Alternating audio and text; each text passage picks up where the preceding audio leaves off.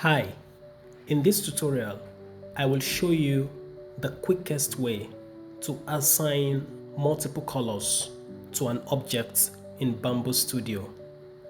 I will show you how to take advantage of layer heights in color assignments to an object.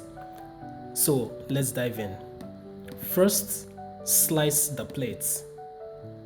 After slicing the plates, this bar on the right that indicates the number of layers in an object will appear.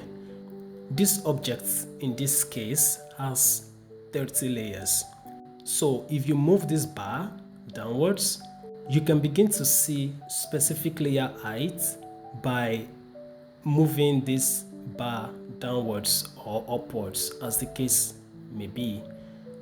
So for this object, I would like to assign a specific color from layer 1 to layer 16 and another color from layer 16 to layer 30. To do this, I just need to right click on the plus sign here, and that opens up these options. I will scroll down to the change filament option, and that brings out the filament colors that have been assigned for this project.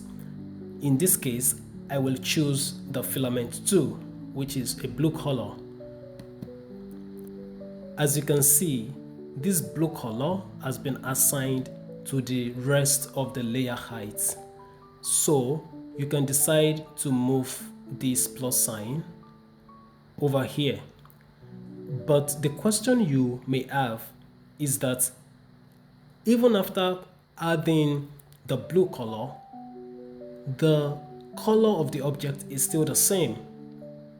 So how do we make the layers that the colors were indicated here for the color to reflect over here? To do that, just click on slice plate again.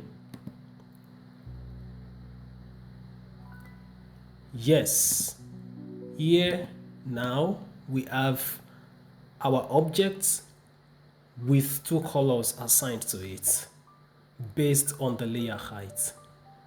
And that is how you can quickly assign multiple colors to an object in Bambu Studio based on the layer height.